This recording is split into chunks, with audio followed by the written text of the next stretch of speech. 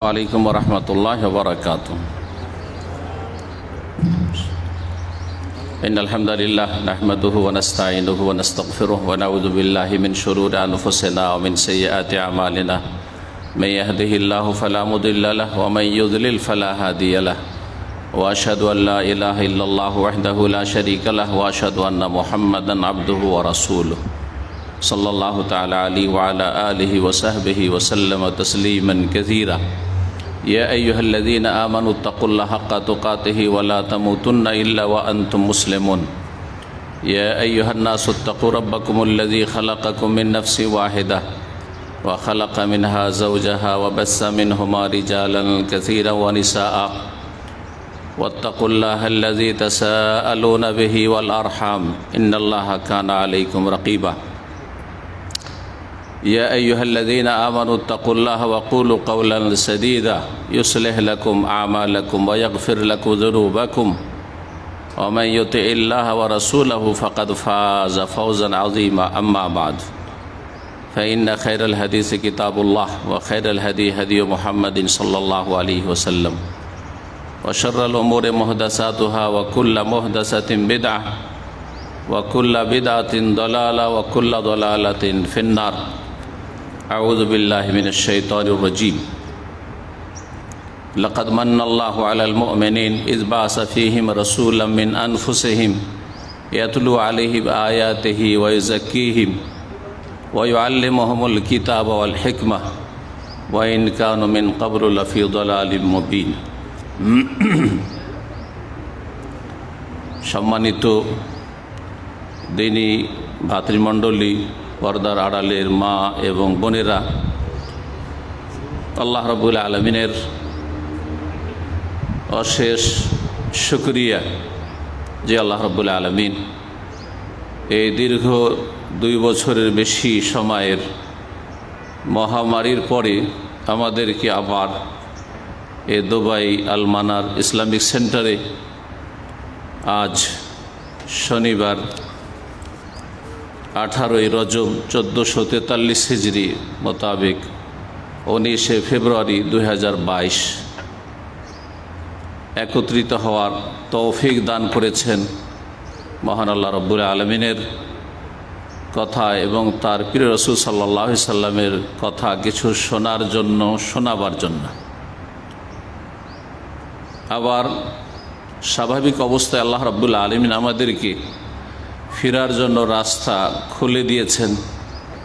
মহান আল্লাহর কাছে দোয়া করি, শুকরিয়ার সাথে সাথে, তার প্রশংসার সাথে সাথে আল্লাহ রাব্বুল আলামিন যেন পুরোপুরি স্বাভাবিক জীবনে ফিরে আসার আমাদের সকলকে, সকল মানুষকে তৌফিক দান করেন। আল্লাহ রাব্বুল আলামিন আমাদের পাপের কারণে, আমাদের অন্যায়ের কারণে, আমাদের ত্রুটির কারণে আমাদেরকে যেন পকড়াও না করেন। দুনিয়াতে আল্লাহ রাব্বুল আমাদেরকে মাফ করেন এবং আখিরাতে আল্লাহ রাব্বুল আলামিন আমাদেরকে তার আযাব থেকে, তার শাস্তি পকড়াও থেকে, হিসাব থেকে আল্লাহ রাব্বুল আলামিন আমাদেরকে রক্ষা করেন। রব্বুল আলামিন আমাদেরকে নিজেদের সংশোধনের তৌফিক দান করেন। এসব বালা মুসিবতের মাধ্যমে যদি আমরা সংশোধন করতে পারি, আর আমাদেরকে প্রথম শুরু করতে হবে ব্যক্তি জীবন থেকে। তাহলে জানতে হবে যে মহামারীতে আমাদের জন্য করুণা হয়েছে, রহমত হয়েছে।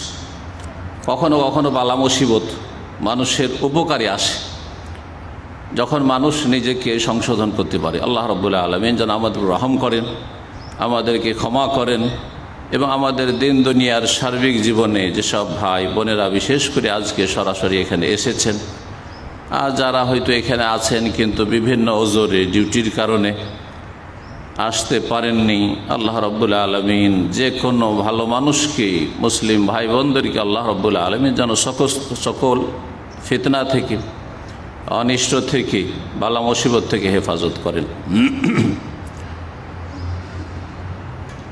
সালাতু সালাম প্রিয় নবী মুহাম্মদ রাসূলুল্লাহ সাল্লাল্লাহু আলাইহি সাল্লামের উপর, যিনি রাহমাতুল লিল আলামিন, যার চরিত্র ছিল আল কোরআনুল কারীম। মা আয়েশা রাদিয়াল্লাহু তাআলা আনহা জিজ্ঞাসা করা হয় যে কাইফা কানা খুলুক রাসূলিল্লাহ সাল্লাল্লাহু আলাইহি ওয়াসাল্লাম, রাসূলুল্লাহ সাল্লাল্লাহু আলাইহি ওয়াসাল্লামের চরিত্র কেমন ছিল।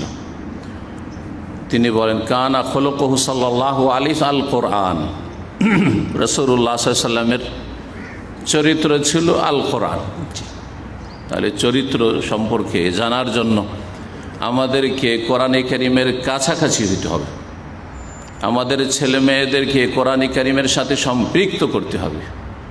কোরআনে কারীমের শুধু শাব্দিক তেলাওয়াত যথেষ্ট নয়, যেমন তেলাওয়াত হইতে হবে সেটা শুদ্ধ হইতে হবে, তারপরে আমাদেরকে কোরআনে কারীমে আল্লাহ রাব্বুল আলামিন তিনি তার বান্দাদেরকে কি সম্বোধন করেছেন, কি আদেশ করেছেন, কি নিষেধ করেছেন জানতে হবে, জানাতে হবে ছেলে মেয়েদেরকে। তাহলে আমরা সত্যিকার চরিত্রবান হতে পারব। মহান আল্লাহ যেন আমাদের তৌফিক দান করেন। যেমন শুনেছেন অথবা পড়েছেন বিজ্ঞাপনে যে আল মানার ইসলামিক সেন্টারের পক্ষ থেকে বা দুবাই আওকাফের পক্ষ থেকে আমাদেরকে যে বিষয়বস্তু দেওয়া হয়েছে তা হচ্ছে মুমিনের চরিত্র। অত্যন্ত ব্যাপক একটি বিষয়। সংক্ষেপে আল্লাহ রাব্বুল আলামিন এই বিষয়ের কিছুটা হলেও যেন হক আদায়ের তৌফিক দান করেন। রব্বি ইশরাহ লি সাদরি ওয়া ইয়াসসির লি আমরি ওয়াহলুল উকদাতাম মিন লিসানি ইয়াফকাহু কওলি। সুবহানাকা লা ইলমা লানা ইল্লা মা আল্লামতানা ইন্নাকা আনতাল আলিমুল হাকীম। আল্লাহ রাব্বুল আলামিনের শুকরিয়ার পরে আরব আমিরাত সরকার, বিশেষ করে দুবাই আওকাফ, দুবাই সরকার এবং সকল আমাদের দ্বীনি ভাই বোন যারা আমাদের এই প্রোগ্রামের জন্য সার্বিক সহযোগিতা করেছেন বিভিন্ন দিক থেকে, সকলকে আল্লাহ যেন জাযায়ে খায়ের দান করেন। আল্লাহ রাব্বুল নেক আমলগুলি কবুল করেন, ভুল ভ্রান্তি মাফ করেন এবং আরও বেশি বেশি দিনের খেদমতের তৌফিক দান করেন। আল্লাহর দিনের খেদমত করলে তাতে আল্লাহ সম্মানিত করবেন, নিজেই লাভবান হবেন। আপনি কারো উপকার করলেন না, বরং আপনি নিজের উপকার করলেন। এ কথা আমাদেরকে সবসময় বুঝে নিতে হবে। যতটুকু করবেন নিজের জন্য করবেন, এ কথা যখন বুঝে নেবেন তখন কে আপনার সাথ দিল, কে আপনার মূল্যায়ন করল, কে আপনার গুরুত্ব দিল, কে আপনার সম্মান করল, এগুলো পরোয়া করবেন না। ইখলাস আসবে। মহান আল্লাহ যেন তৌফিক দান করেন ইখলাসের সাথে কাজ করার এবং রাসূলুল্লাহ সাল্লাল্লাহু আলাইহি ওয়াসাল্লাম সুন্নাহ ভিত্তিক জীবনযাপনে তৌফিক দান করেন। কথা না বাড়িয়ে তাহলে আসল বিষয়ের দিকে আসা যাক। যদিও মাগরিব পরে আমাদের দ্বিতীয় পর্ব আছে, মাগরিবের আগে যতক্ষণ পর্যন্ত সময় সাথ দিচ্ছে আলোচনা করি আমাদের আসল বিষয়ের ওপর, মুমিনের চরিত্র। তাহলে মুমিন তার চরিত্র কেমন হবে, চরিত্র এবং তার সাথে মুমিন মুসলিমের চরিত্র। মুসলিমের চরিত্র এবং অমুসলিমের চরিত্রে পার্থক্য আপনাকে বুঝতে হবে। অমুসলিম অনেকে আছে ভালো চরিত্রের অধিকারী, মুসলিমদের মধ্যে অনেকে আছে ভালো চরিত্রের অধিকারী, আবার এর বিপরীতটাও আছে। কিন্তু একজন মুসলিমের চরিত্র আর অমুসলিমের চরিত্রে যদিও উভয়ের চরিত্র ভালো, উভয়ের চরিত্রবান, দুইজনের চরিত্রে পার্থক্য ইনশাআল্লাহ তাআলা আজকের আলোচনায় বুঝতে পারবেন।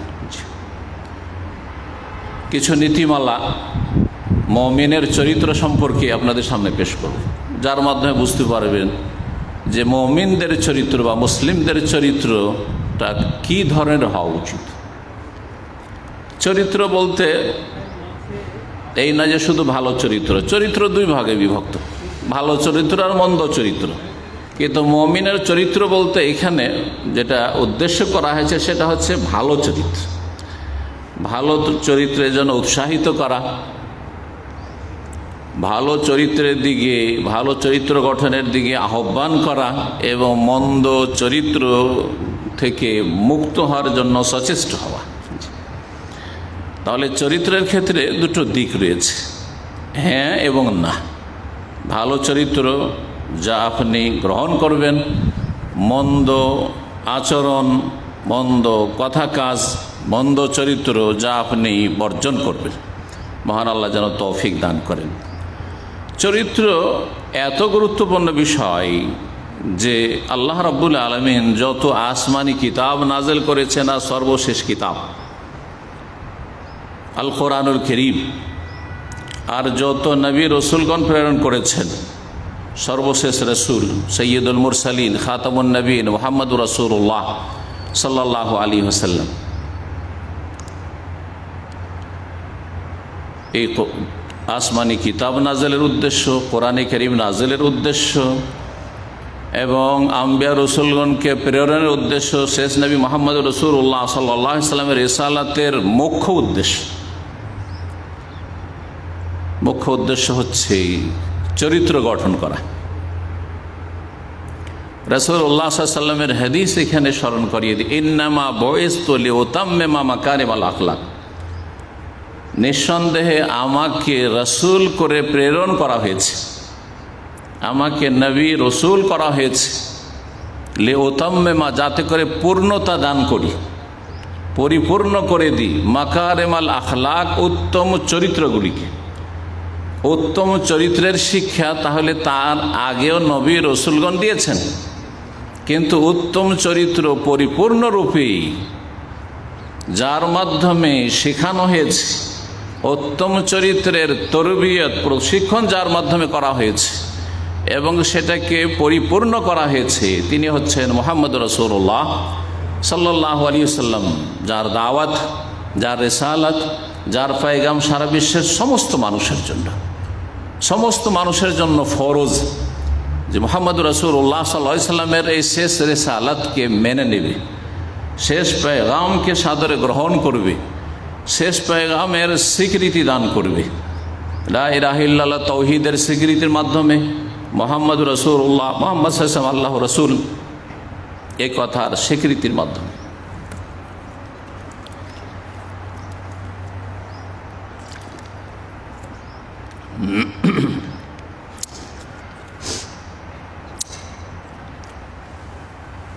রাসূলুল্লাহ সাল্লাল্লাহু আলাইহি ওয়াসাল্লামের মাধ্যমে আল্লাহ রাব্বুল আলামিন উত্তম চরিত্রের তরবিয়ত করেছেন, এর মাধ্যমে মানুষের তাজকিয়া, পরিশুদ্ধির ব্যবস্থা করেছেন। এ কথা আল্লাহ রাব্বুল কোরআনে কারীমের একাধিক আয়াতে ঘোষণা করেছেন, যেমন সূরা আলে ইমরানের আয়াত নম্বর 164 রয়েছে, এবং এটি আল্লাহ রাব্বুল আলামিনের বড় এহসান, অনুগ্রহ। লাকাদ মান্নাল্লাহু আলাল মুমিনিন, নিঃসন্দেহে আল্লাহ রাব্বুল আলামিন মুমিন মুসলিমদের উপর বিশেষ অনুগ্রহ করেছেন। আল্লাহর এহসান, আল্লাহর অনুগ্রহ। কি আল্লাহর বড় এহসান? ইয বাআসা ফীহিম রাসূলাম মিন আনফুসিহিম, যখন আল্লাহ রাব্বুল আলামিন তাদের মাঝে থেকে একজন রসুল তাদের উদ্দেশ্যে পাঠিয়েছেন।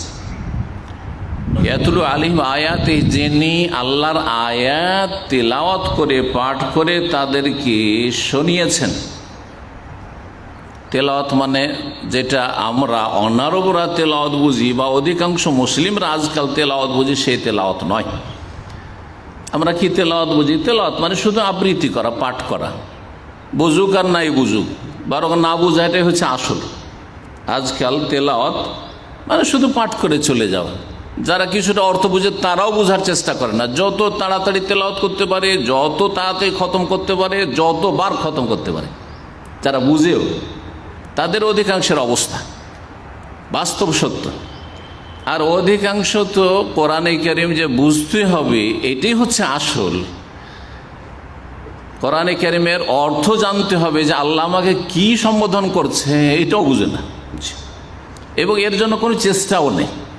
গোটা জীবনটা চলে গেল, দুনিয়ার অনেক কিছু শিখলেন, কিন্তু কোরআনে কারীমের অর্থ শিখলেন না।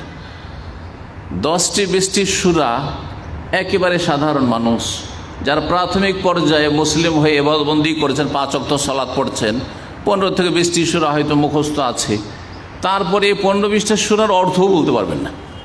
তাফসীর তো দূরের কথা, আল্লাহ কি বলতে চেয়েছেন এই সূরাগুলিতে, এই আয়াতগুলিতে। তাহলে তেলাওয়াত মানে শুধু পাঠ করা আমরা বুঝে নিয়েছি, কিন্তু আসলে এটা নয়। শেখ মোহাম্মদ বিন সালেহ উসাইমিন রাহিমাহুল্লাহ তাআলা এই বিংশ শতাব্দীর তিনজন বিশ্বের সবচেয়ে বড় আলেমের অন্যতম। তিনি বলছেন যে তেলাওয়াত দুই রকম। মাজালিসে শাহরি রমাদান তার একটি কিতাব রয়েছে, তাতে রমজান মাস সম্পর্কে 30 দিনে 30টি আলোচনার একটি আলোচনায় বলছেন যে তেলাওয়াত দুই রকম। একটি হচ্ছে তেলাওয়াতে লফজিয়া, শব্দের তেলাওয়াত, অক্ষরের তেলাওয়াত, যেটা আমরা বিশেষ করে অনারবরা এটাই বুঝি, তেলাওয়াত মানে পাঠ করলেই হয়। আর আরেকটি হচ্ছে তেলাওয়াতে হাকিকিয়া, বাস্তব তেলাওয়াত, আসল তেলাওয়াত। শব্দের তেলাওয়াত করলেন, একটা অক্ষর পড়লে 10 নেকি। অধিকাংশ মানুষের আশা এটাই যে একটা অক্ষর পড়বো 10 নেকি পাবো, আলিফ লাম মিম পড়লাম 30 নেকি পেয়ে গেলাম, ব্যাস নেকির দরকার। এর বেশি আর কোনো দরকার, কোনো প্রয়োজন বুঝিও না, আর অত চাহিদাও নেই। কিন্তু সেটা আসল তেলাওয়াত নাই। তেলাওয়াতে হাকিকি তেলাওয়াত, আসল তেলাওয়াত হচ্ছে যে তার অর্থ অনুধাবন করে, অর্থটা জেনে, কোরআনে কারীমের তাফসীর ব্যাখ্যা জেনে তার বাস্তবায়ন করা, আমল করা। এজন্য তেলাওয়াত, আরবিতে তেলাওয়াত শব্দের শাব্দিক অর্থই হচ্ছে ফলো করা, অনুসরণ করা। তেলাওয়াত মানে হচ্ছে ফলো করা, একজন আরেকজনের পেছনে আসছে, ফলো করে আসছে। ওয়াহেদ তিলওয়াল আখার, আরবিতে আজও মাতৃভাষাতে, শুদ্ধ ভাষাতে ব্যবহার, একজন আরেকজনের পেছনে পেছনে আসছে ফলো করে। তাহলে তেলাওয়াত মানে হচ্ছে আসলে ফলো করা। কোরআনে কারীমের যদি ফলোয়ার হতে পারেন, কোরআনে কারীমের যদি অনুসারী হতে পারেন, আর অনুসারী কখন হবেন? শুধু শব্দের তেলাওয়াত করে। তাহলে আল্লাহ রাব্বুল আলামিনের রাসূল সাল্লাল্লাহু আলাইহি ওয়াসাল্লামকে যে মহান আল্লাহ পাঠিয়েছেন যে উদ্দেশ্যে, আর যেটা মানব জাতির ওপর বড় অনুগ্রহ, ইহসান, তার প্রথম হচ্ছে ইয়াতলু আলাইহিম আয়াতিহি, তিনি আল্লাহর আয়াতগুলি তেলাওয়াত করে শুনিয়েছেন। মানে এই নয় যে শুধু অক্ষর শুনিয়ে দিয়েছেন, শুধু নেকি হাসিল করো, আমি পড়ে নেকি হাসিল করছি, তোমরা শুনে নেকি হাসিল করো। যেমন কিছু লোকের আছে কোরআন পড়তে তো পারে না, তো শুনতে থাকে, মানে শুনে শুনে নেকি, ব্যাস কোরআনে একটা অডিও ভিডিও চালিয়ে দিয়েছে, বাসায় তেলাওয়াত হচ্ছে, অথবা পাশে কেউ তেলাওয়াত করছে আর কোরআন শুনছে, মনে করছে আমি একটা নেকির কাজ করছি। ঠিক আছে, নেকির মজলিসে বসে আছেন, কিন্তু এই নেকিটা আপনার জন্য কি যথেষ্ট?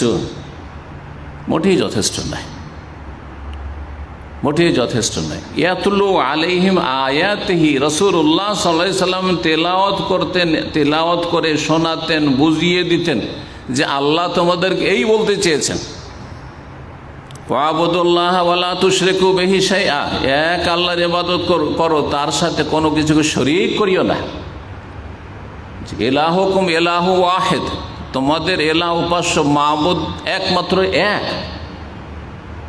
জি, আর আরবরা মুশরিক, কাফের, পৌত্তলিক হইল এই ভাষাগুলি বুঝতো ভালো করে 1400 বছর আগে, যথেষ্ট বুঝতো তারা। তাদের মাতৃভাষায় কোরআন নাযিল হয়েছে, না বুঝে কোনো কথা তারা বলে কোনো প্রতিক্রিয়া দেখায় নাই। অবাক হইতো, এটা কেমন কথা হলো? ঠিক আছে, ওপরওয়ালা মানি, স্রষ্টা মানি, আল্লাহকে মানি, আসমান জমিন সৃষ্টি করেছেন, আমাদের রিজিক দাতা মানি, আল্লাহর রুবুবিয়াত, আল্লাহর কাজে আল্লাহর একত্ব মানি, কিন্তু আজালাল আলিহাতা ইলাহান ওয়াহিদা ইন্না হাযা লাশাইউন উজাব, এতগুলি আমাদের উপাস্য রয়েছে, দেবদেবী রয়েছে, এগুলো সব না করে দিল, শুধু ইলাহান ওয়াহিদা, শুধু এক, বাস। ইন্না হাযা লাশাইউন উজাব, এটা তো আশ্চর্য কথা, এটা মেনে নেওয়া যায় না। মুহাম্মদের এই কথা মেনে নেওয়া যায় না সাল্লাল্লাহু আলাইহি ওয়াসাল্লাম। কিন্তু আজ অনেকে আছে, কতবার যে খতম করছে, কত যে কোরআন খতম করছে, আর কত যে তেলাওয়াত করছে, কিন্তু তেলাওয়াতের সাথে সাথে মাজারে সেজদাও করছে, কবর গায়রুল্লাহর কাছে সন্তান চাইছে, রোগের আরোগ্য চাইছে, বালা মুসিবত দূর করা চাইছে, মনের কামনা বাসনা পূরণ চাইছে, কত কি চাইছে গায়রুল্লাহর কাছে। বরং বালা মুসিবত যত বাড়তে থাকে তত বেশি আল্লাহ ছাড়া অন্যের কাছে চায়। প্রথম দিকে একটু মসজিদে দোয়া করে, হ্যাঁ, একটু দোয়া করে, মোনাজাত করে আল্লাহর কাছে, দেখছেন না কাজ হবে না। এই কাজ এখন ওই মৃত ব্যক্তি করে দিতে পারে, যে মরেও মরে না, ও মাজারে গেলেই পাওয়া যাবে। এই হচ্ছে আমাদের ইসলাম। জি, উপমহাদেশের ইসলাম, অধিকাংশ মানুষের হচ্ছে এই ইসলাম। আল্লাহ রাব্বুল আলামিন যেন হেফাজত করেন। ইয়াতলু আলাইহিম আয়াতিহি, রাসূলুল্লাহ সাল্লাল্লাহু আলাইহি ওয়াসাল্লাম তার আয়াতগুলি তেলাওয়াত করে শুনিয়েছেন, তাকে এই জন্য পাঠানো হয়েছে। ওয়া ইউযাক্কিহিম, এবং এই আয়াতের তেলাওয়াত, আল্লাহর বিধান কোরআনে কারীমের তেলাওয়াতের মাধ্যমে, শিক্ষা দেওয়ার মাধ্যমে তাদের তাজকিয়া করতেন, তাদের আত্মার পরিশুদ্ধি করতেন, তাদের চরিত্রগুলিকে খারাপ চরিত্র থেকে পাক পবিত্র করতেন। তাজকিয়া, এই ইউযাক্কিহিম, এখানে চরিত্রের শিক্ষা দেওয়া হয়েছে। তো নবী করিম সাল্লাল্লাহু আলাইহি সাল্লামের প্রেরণের একটি মুখ্য উদ্দেশ্য হচ্ছে চরিত্র গঠন। একজন মুসলিম নিজেকে মুসলিম বলে, নিজেকে ইমানদার বলে, অথচ তার চরিত্র যদি খারাপ, তার মধ্যে খারাপ চরিত্র আছে আর ভালো চরিত্র নেই, তাহলে সেই ব্যক্তি রাসূলুল্লাহ সাল্লাল্লাহু আলাইহি ওয়াসাল্লাম যে উদ্দেশ্যে প্রেরিত হয়েছেন সেই উদ্দেশ্যের বাস্তবায়ন করল না। ওয়ায়ুআল্লিমুহুমুল কিতাব ওয়াল হিকমা, এবং তাদেরকে কিতাব আর হিকমতের জ্ঞান দান করার জন্য এসেছিলেন রাসূলুল্লাহ সাল্লাল্লাহু আলাইহি ওয়াসাল্লাম। যাই হোক, রাসূলুল্লাহ সাল্লাল্লাহু আলাইহি ওয়াসাল্লাম হচ্ছেন উত্তম আদর্শ আমাদের জীবনের প্রতিটি ক্ষেত্রে, যেমন আকীদা বিশ্বাসের ক্ষেত্রে, তেমনি ইবাদত বন্দেগীর নিয়ম তরিকার ক্ষেত্রে, তেমনি আখলাক চরিত্র গঠনের ক্ষেত্রে। লাকাদ কানা লাকুম ফি রাসূলিল্লাহি উসওয়াতুন হাসানাহ। রাসূলুল্লাহ সাল্লাল্লাহু আলাইহি ওয়াসাল্লাম উত্তম চরিত্রের জন্য উৎসাহিত করেছেন। উত্তম চরিত্র গঠনের বড় ফজিলত রয়েছে, বহু হাদিস এই মর্মে রয়েছে। এবং সবচেয়ে শ্রেষ্ঠ মানুষ যিনি রাসূলুল্লাহ সাল্লাল্লাহু আলাইহি ওয়াসাল্লাম, তাকে আল্লাহ রাব্বুল আলামিন সার্টিফিকেট দিয়েছেন যে ওয়া ইন্নাকা লাআলা খুলুকিন আযীম, হে নবী তুমি মহান চরিত্রের অধিকারী, তুমি মহান চরিত্রের অধিকারী। লাআলা খুলুক, শুধু চরিত্র বলা হয়নি, আযীম, মহান চরিত্রের অধিকারী। রাসূলুল্লাহ সাল্লাল্লাহু আলাইহি ওয়াসাল্লাম যেমন মুসলিমের সাথে চরিত্রবান, তেমন অমুসলিমের সাথে চরিত্রবান। যেমন আপনজনদের সাথে, বন্ধুদের সাথে, হিতাকাঙ্ক্ষীদের সাথে চরিত্রবান, তেমনি শত্রু বিদ্বেষী দুশ্মনদের সাথে চরিত্রবান।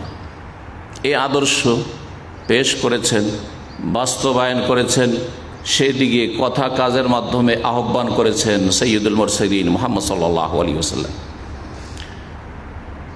মুমিনের চরিত্রের ক্ষেত্রে আজকে যতদূর সময় আমাদের সাথ দেবে কয়েকটি নীতিমালা বর্ণনা করব।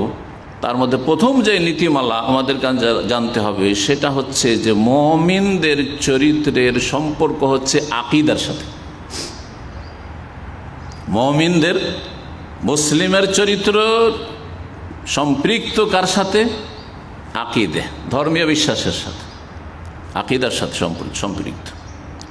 পক্ষান্তরে অমুসলিমের চরিত্রের সম্পর্ক কোনো আকীদার সাথে নেই, হয় মানবতার সাথে আছে, না হয় দুনিয়ার জনপ্রিয়তার সাথে আছে।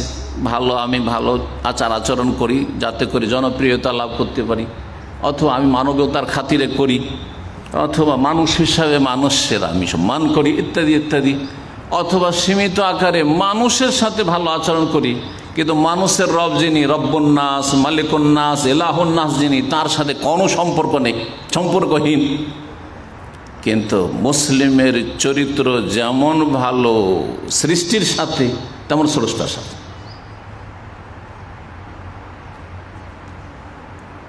আকীদার সাথে ওতপ্রোতভাবে জড়িত একজন মুসলিমের চরিত্র। এই বিষয়টিকে যদি খোলাসা করা যায় তাহলে এতে যথেষ্ট সময় লাগবে, কিন্তু দু একটি উদাহরণ বা হাদিস সামনে রাখলে আমরা স্পষ্ট বুঝতে পারবো যে মুমিনের চরিত্রের ঘনিষ্ঠ সম্পর্ক আকীদার সাথে। বরং যতগুলি উত্তম চরিত্র রয়েছে, ভালো চরিত্রের দিক রয়েছে, সবগুলির বুনিয়াদ হচ্ছে আকীদার ওপর, বিশুদ্ধ আকীদার ওপর। যার আকীদা যত বেশি খাঁটি হবে, যার আকীদা মজবুত হবে, এবং সহি আকীদা হবে, তত বেশি সে চরিত্রবান হবে। যদি দেখা যায় যে একজন লোক বাহ্যিক দাবি করছে সে সহি আকীদার লোক, শিরক বিদআত মুক্ত ইবাদত বন্দেগী করে, কিন্তু তার আচার আচরণ খারাপ, তাহলে তার আকীদাতে ত্রুটি আছে। যতই দাবি করুক না কেন, তার আকীদায় ত্রুটি রয়েছে। আকীদা ঠিক থাকবে আর চরিত্র ঠিক হবে না, এতে তার ঈমানে অবশ্যই ত্রুটি আছে, মৌলিক বিষয় ত্রুটি আছে। তাহলে আমাদেরকে এই বিষয়টি সবসময় মনে রাখতে হবে যে আমাদের চরিত্রের সম্পর্ক যখন আকীদার সাথে, তাহলে আমাদের চরিত্রে যদি ত্রুটি দেখা যায়, তার মানে আকীদাতে ত্রুটি আছে, আকীদায় ত্রুটি আছে, ধর্মীয় বিশ্বাসের ত্রুটি রয়েছে। আমাদের আকীদা, আমরা মুসলিম হিসাবে আমাদের আখলাক চরিত্র হচ্ছে আকীদাগত চরিত্র, আমাদের চরিত্র হচ্ছে আল্লাহওয়ালা চরিত্র, আমাদের চরিত্রের সম্পর্ক রবের সাথে। কারণ যে কোনো ভালো আচরণ কারো সাথে করি, কিসের জন্য করছি? রবের সন্তুষ্টির জন্য করছি, রবের কাছে কিছু পাওয়ার জন্য করছি। আল্লাহর সাথে আমার সম্পর্ক রয়েছে, আপনি কি দেবেন না দেবেন, আপনার কাছে কি চাওয়া পাওয়া আছে না আছে, ওটা দেখার বিষয় নেই। আমার রব আমাকে ভালো আচরণ করতে বলেছেন, আমার রসুল আমাকে ভালো আচরণ করতে বলেছেন, এবং এর ওপর ইহকাল পরকাল উত্তম প্রতিদান আর ওয়াদা আল্লাহ রাব্বুল আলামিন করেছেন। এই আশা নিয়ে করছি, আপনি আমার সাথে খারাপ আচরণ করবেন না, ভালো করবেন, আমি আপনার ভালো করলাম, কিন্তু আপনি আমার সাথে কি করবেন এটা আমার দেখার বিষয় না। আশা করি এই কথার মাধ্যমে বুঝতে পারছেন যে আমাদের চরিত্রের সম্পর্ক যে আকীদার সাথে কত মজবুত। চিন্তা করুন, একটি ভালো চরিত্র হচ্ছে এহসান করা। এহসান করা মানে সদাচরণ করা, ব্যাপক অর্থ। এহসান যে কোনো কথা কাজে নিষ্ঠা থাকা, নিষ্ঠার সাথে কাজ করা। এটা যেমন মানুষের সাথে, তেমনি আল্লাহর অন্যান্য সৃষ্টির সাথে, বিভিন্ন প্রাণীর সাথে, সমস্ত সৃষ্টিগুলির সাথে, তেমনি সৃষ্টি জগতের রব আল্লাহ রব্বুল আলমিনের সাথে এহসান। এই জন্য সহিহ বুখারীতে যে হাদিসটি রয়েছে, জিবরাইল আলাইহিস সালামের হাদিস বলে মশহুর হাদিস। জিবরাইল আলাইহিস সালাম মানুষের রূপ ধারণ করলেন, অপরিচিত আগন্তুক, আর আসলেন। আসার পরে কয়েকটি প্রশ্ন করা শুরু করলেন, জিজ্ঞেস করলেন ইসলাম সম্পর্কে। উত্তর দিলেন রাসূলুল্লাহ সাল্লাল্লাহু আলাইহি ওয়াসাল্লাম।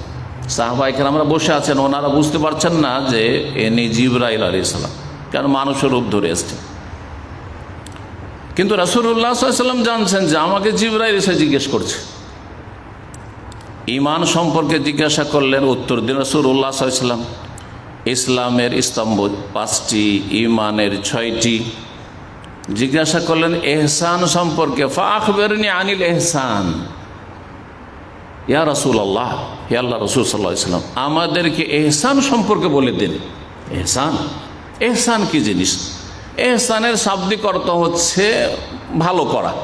আহসানা ইউহসানু, হাসান থেকে, হাসান মানে ভালো, হাসান নাম রাখি আমরা, হাসান মানে ভালো, সুন্দর। তো আহসানা ইউহসানু থেকে এহসান মানে মানুষের সুন্দর করা, মানুষের সাথে ভালো আচরণ করা, মানুষের ভালো করা, মন্দ না করা, এটি এহসান। বা যে কোনো সৃষ্টির রবের সাথে এহসান করা। আল্লাহ রাব্বুল আলামিনের ক্ষেত্রে, ইবাদতের ক্ষেত্রে এহসান সম্পর্কে জিজ্ঞাসা করলেন। আখবিরনি আনিল এহসান মানে এহসান মা আল্লাহ, এহসান ফিল ইবাদা, ইবাদতে এহসান কি জিনিস আমাকে বলে দিন। তাহলে বোঝা যাচ্ছে যে সদাচরণ হইতে হবে, ভালো আচরণ হইতে হবে ইবাদত বন্দেগীর ক্ষেত্রে রবের সাথে। আর সেটি হচ্ছে আনতা আবুদাল্লাহ কান্নাকা তারাহ ফাইন লাম তাকুন তারাহু ফাইন্নাহু ইয়ারাক। আনতা আবুদাল্লাহ, আল্লাহ রাব্বুল আলামিনের ইবাদত বন্দেগী করবে কান্নাকা তারাহ, যেন তুমি তাকে দেখছো। আল্লাহর ইবাদত করবে মানে এই নয় যে শুধু সালাত অবস্থায় আপনি, কেন অনেকে মনে করে যে সালাত অবস্থায় আপনি এত খুশুর সাথে, এত মনোযোগী হয়ে সালাত আদায় করে নামাজ পড়েন যেন আল্লাহকে দেখছেন। তো আপনার সালাতটাই শুধু ইবাদত, সালাতের বাইরে ইবাদত নেই। মুমিনের জীবনের 24 ঘন্টা প্রতিদিনের সবটাই ইবাদত। মুমিনের জীবনটাই হচ্ছে ইবাদতের জিন্দেগি। এই জন্য আল্লাহ রাব্বুল আলামিন সূরা হিজরের শেষ আয়াতে বলছেন ওয়াবুদ রাব্বাকা হাত্তা ইয়াতিয়াকাল ইয়াকিন, তোমার রবের ইবাদত চালিয়ে যাও তোমার মরণ আসা পর্যন্ত, মরণ আসা পর্যন্ত ইবাদত চালিয়ে যাও। সবসময় আমরা ইবাদতে আছে।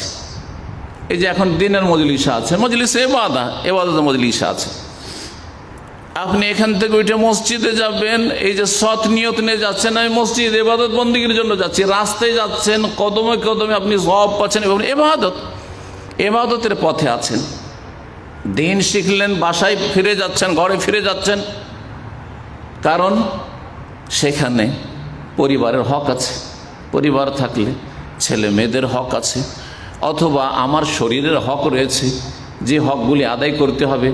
আবার আগামীকালকে ডিউটি যদি থাকে তো ডিউটি করব, যেই মালিকের কাছ থেকে আমি কিছু পারিশ্রমিক নিচ্ছি, বেতন নিচ্ছি, তার হক আছে, এগুলি আদায় করতে হবে। সুতরাং যথাসময় আমাকে আমার শরীরকে আরাম দিতে হবে, যাতে আগামীকালকে মানুষের হকটা ভালো করে আদায় করতে পারি।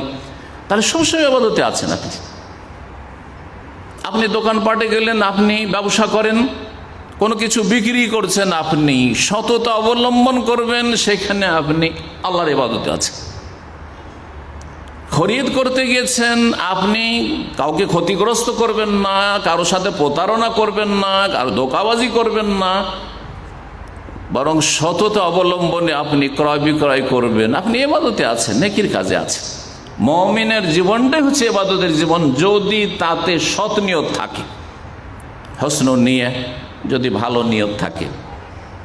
তো ইবাদত বন্দেগীর ক্ষেত্রে বললেন যে আনতা আবুদ আল্লাহ, আল্লাহর ইবাদত করবে কান্নাকা তারা, যেমন তুমি দেখছো।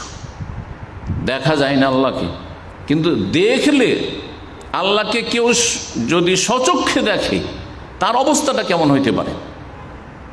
একজন শাসক হঠাৎ করে যদি কেউ চলে আসে, যার কথা কল্পনা করতে পারেন না যে তার সাথে কোনোদিন দেখা হইতে পারে, সামনে এসে হঠাৎ করে হাজির, তাহলে আপনাদের অবস্থাটা কেমন হইতে পারে, মানসিক শারীরিক আর যে কেমন হইতে পারে চিন্তা করেন। অথচ আপনার আমার মতো একজন মানুষ শুধু দেশের শাসন ক্ষমতায় হয়তো আছে, তাহলে রব্বুল আলামিন যিনি আসমান জমিনের রব, সমস্ত কিছুর মালিক, হায়াত মওতের মালিক, দুনিয়া আখিরাতের মালিক, যেন তাকে তুমি দেখছো, যেন তাকে দেখছো, এইভাবে তুমি ইবাদতবন্দি করো। যদি সেটা সম্ভব না হয় তো ইহসানের আরেকটি স্তর হচ্ছে ওর চাইতে নিচে, কিন্তু সেটাও খুব গুরুত্বপূর্ণ, কমপক্ষে সেটা যেন থাকে। ফাইনলাম তাকুন তারাও ফাইন না হইয়া রাখ, তাহলে আল্লাহ তোমাকে দেখছো, আল্লাহ দেখছে। ক্যামেরা লাগানো আছে, অফিসে কাজ করেন আপনারা, ক্যামেরা লাগানো থাকে, রাস্তাঘাটও আজকাল দোকানপাটে সব ক্যামেরা লাগানো আছে। চলাফেরা আপনার আলাদাই, যেখানে ক্যামেরা নেই সেখানে চলাফেরা অন্যরকম, আর যেখানে ক্যামেরা লাগানো আছে সেখানে চলাফেরা অন্যরকম। তো আমাদের তো ক্যামেরা লাগানো আছে এখানে তো কারামান কাতেবিন সব লিখছেন। ইযাতালাক্কাল মুতালাক্কিয়ান আনিল ইয়ামিন ওয়া আনিশ শিমালি কাইদ, ডানে বামে বসে প্রস্তুত আছে। আল্লাহ সূরা কাফে বলছে মা ইয়ালফাযু মিন কাওলিন ইল্লা লাদাইহি রাকিবুন আতীদ। আপনি কি বলছেন, আপনি আপনার স্ত্রী আপনার ছেলেমেয়ের সাথে কি কথা বলছেন, আপনি আপনার প্রতিবেশীর সাথে কি কথা বলছেন, আপনার আশেপাশের লোকের সাথে কি কথা বলছেন, ভালো না মন্দ বলছেন, সব কিছু আপনার জন্য রেকর্ড হয়ে আছে, রেকর্ড আছে, প্রস্তুত আছে রেকর্ড করার জন্য। তো ফাইন হইয়া রাখ, আল্লাহ দেখছেন, শুধু ক্যামেরা লাগানো নেই, স্বয়ং আল্লাহ দেখছেন। এইভাবে জীবন যাপন করে এহসান। তাহলে দেখেন, এহসান একটি আকীদার বিষয়, এহসান একটি আকীদার বিষয়, কিন্তু এহসান হচ্ছে মানুষের চরিত্রের সাথে সম্পর্ক। আল্লাহ দেখছেন, মানুষকে দেখলো না দেখলো এটা আমার বিষয় নাই। আমি দেখলাম যে একজন মানুষ সামনে দিয়ে গেল, তার টাকা অথবা মোবাইলটা ফেলে দিয়ে চলে গেল, পড়ে গেল, ও আর খেয়াল করলো না, আমি উঠিয়ে নিলাম, ও তো দেখলো না, কিন্তু আল্লাহ তো দেখলেন। ফাইন্নাহু ইয়ারাক, আল্লাহ দেখছেন, আল্লাহ দেখছেন। সুতরাং না আমি নিজেটাকে তাকে দিয়ে দেবো, নিজে তলাশ করে তাকে দিয়ে দেবো। কিন্তু যদি এই আকীদায় দুর্বলতা থাকে, আল্লাহ দেখছেন, এই আকীদায় দুর্বলতা, যার ফলে চরিত্র খারাপ, আপনি পাওয়ার সাথে সাথে পট করে পকেটে ঢোকাই নিলে যাতে টের না পায় আশেপাশের লোক যে আপনি উঠাইলেন, আর কাউকে জানতে দিলেন না, যদি জিজ্ঞেস করা হয় মিথ্যা বললেন, চরিত্র খারাপ করলেন। মিথ্যা আচরণ, মিথ্যা বলা খারাপ চরিত্র, এবং সত্য কথা বলা, সত্য আচরণ হচ্ছে ভালো চরিত্র। সত্য কথা না বলে মিথ্যা কথা বললেন, কিসের জন্য? কারণ আপনার ইহসানের যে আকীদা, সে আকীদায় ত্রুটি রয়েছে। তো আশা করি এই কথার মাধ্যমে বুঝতে পারছেন যে আকীদার সাথে চরিত্রের কত ঘনিষ্ঠ সম্পর্ক রয়েছে। চিন্তা করুন, আল্লাহ রাব্বুল আলামিন কোরআনে কারিমে কত জায়গায় বলেছেন যে আল্লাহ দেখছেন, আল্লাহ শুনছেন, আল্লাহ জানছেন, আল্লাহ বসির, সর্বদ্রষ্টা, সবকিছু দেখছেন। আল্লাহ আলিম, সর্বজ্ঞ, সবকিছু জানছেন। আল্লাহ সামি, আল্লাহ সর্বশ্রোতা, সবকিছু শুনছেন। কত আয়াতে কোরআনে কারিমে এসেছে। এগুলো আকীদার বিষয় নয়? অবশ্যই আকীদার বিষয়। সূরা আল আখের আয়াত নম্বর 14 আল্লাহ বলছে আলাম ইয়ালাম, মানুষ কি জানে না? এই কথা বিশ্বাস করে না যে বেআন্নাল্লাহ ইয়ারা, আল্লাহ দেখছেন। আল্লাহ তো দেখছেন, সুতরাং যিনি দেখছেন তিনি তো আমাকে বদলা দেবেন। তো তার জন্য আমি করছি, আপনাদের সাথে আমি ভালো আচরণ করছি, যে কোনো সৃষ্টির সাথে আমি ভালো আচরণ করছি, এই জন্য যে আল্লাহ আমাকে দেখছেন। আপনি দেখলেন না দেখলেন, আপনি আমার কাজে আসবেন না, সেটা আমার দেখার বিষয় নয়। জি, বেআন্নাল্লাহ ইয়ারা, বরং আল্লাহ রাব্বুল আলামিন অন্তরের কথা জানছেন। অন্তরের কথা মুখে প্রকাশও করলেন না। অন্তরে যে কথা আসলো কেউ জানলো না, বরং অন্তরে কথাটি আসলো 1-2 সেকেন্ডের জন্য, তারপরে আবার চলে গেল, যেটাকে খাতরাতুল কলব, অন্তরে কথার উদ্রেক হওয়া আর সাথে সাথে চলে যাওয়া। একটা ভালো কথা আসলো অথবা মন্দ কথা আসলো, চলে গেল, সেটাও আল্লাহ জানছেন। ওয়াহু আলিমুম বিযাতি সুদূর, তিনি জানছেন। তাহলে এই কথাগুলি যদি আমাদের সবসময় মনে থাকে, আর এগুলো কোরআনে কারীমের কথা, এগুলো রাসূলুল্লাহ সাল্লাল্লাহু আলাইহি ওয়াসাল্লাম হাদিসের কথা, তাহলে আমাদের চরিত্রের কোয়ালিটি কত ভালো হইতে পারে। তো মুমিনের চরিত্রে এই বিষয়গুলি সবসময় বিদ্যমান থাকবে। পক্ষান্তরে যে মুমিন নয়, মুসলিম নয়, তার চরিত্র ভিন্ন রকমের, লৌকিকতা সেখানে থাকতে পারে। জি, সেখানে যদি কখনো করে, হয়তো লোক দেখানো করলো না, কিন্তু তার মধ্যে ইনসানিয়ত ও কাজ করছে, মানবতা কাজ। আমি মানুষ, সেও মানুষ, শুধু মানুষ মানুষ হিসাবে আমি তার সাথে ভালো আচরণ করি। কিন্তু একজন মুসলিম এই জন্য ভালো আচরণ করে না কারোর সাথে যে আমি মানুষ, সেও মানুষ, বরং আমি আল্লাহর সামনে প্রতিটি কথা কাজের জন্য হাজির হব, জবাব দিতে হবে। এবং আমি ভালো কাজ যদি করে যেতে পারি, ভালো আচরণ করে যেতে পারি, তো আল্লাহর কাছে মহা পুরস্কার রয়েছে আমার জন্য, প্রস্তুত রয়েছে আমার জন্য এর প্রতিদান। আর যদি খারাপ আচরণ করে যাই, আর যার সাথে খারাপ আচরণ করলাম সে দুর্বল, আমার কিছুই করতে পারবেন না, ভালো করে বুঝতে পারছি। যেমন অনেকে মনে করেন স্ত্রী আপনার তুলনায়, স্বামীর তুলনায় দুর্বল, সুতরাং স্ত্রীর সাথে খারাপ আচরণ করছেন, দুর্ব্যবহার করছেন, তার হক আদায় করছেন না, তাকে সময় দিচ্ছেন না, শুধু পয়সাকে সময় দিচ্ছেন, চাকরিকে সময় দিচ্ছেন, আপনি আপনার স্মার্টফোনকে সময় দিচ্ছেন, হ্যাঁ, দুনিয়া নিয়ে মেতে আছেন, কিন্তু যাদের হক আপনার সাথে সংশ্লিষ্ট, আপনার স্ত্রীর, আপনার ছেলে মেয়েদের বিভিন্ন রকমের যে অধিকার রয়েছে, তাদের সাথে অবিচার করলেন, আপনি বুঝতে পারছেন যে কিছুই করতে পারবেন না। আমি যদি জুলুমও করি, আমার স্ত্রী কি করে নেবে? ওর উপায় আছে? হ্যাঁ, কি করে নেবে? আমার পাশের প্রতিবেশী গরিব, ও কি করে নেবে? প্রতিক্রিয়া দেখে কিছুই করতে পারবে না। এটা একজন যে মুমিন নয় সে করতে পারে, কিন্তু একজন মুসলিম মোটেই করতে পারে না। কারণ যতই বড় শক্তিশালী হন না কেন, আপনি, আপনার ওপর সর্বশক্তিমান আল্লাহ রাব্বুল আলামিন আছেন। জি, সালাতের সময় হয়ে যাচ্ছে, ইশারা করলেন আমাদের ভাইরা। সুতরাং যাদের উজু নেই উজু করবেন, আর যাদের উজু আছে মসজিদের দিকে যাবেন, ছেড়ে দেবেন। তো এখানেই ছেড়ে দিই, আর বাকি আলোচনা ইনশাআল্লাহ তাআলা পুরা করব মাগরিব পরে। আল্লাহ রাব্বুল আলামিন যেন তৌফিক দান করেন। জাযাকুমুল্লাহু খাইরান।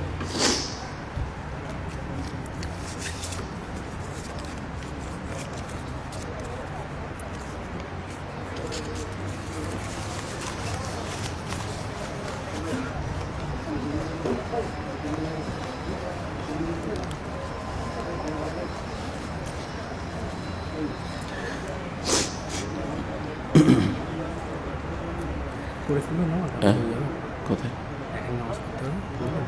যেটা মসজিদের ভিড় কোন মসজিদ? এই মসজিদে বলছেন?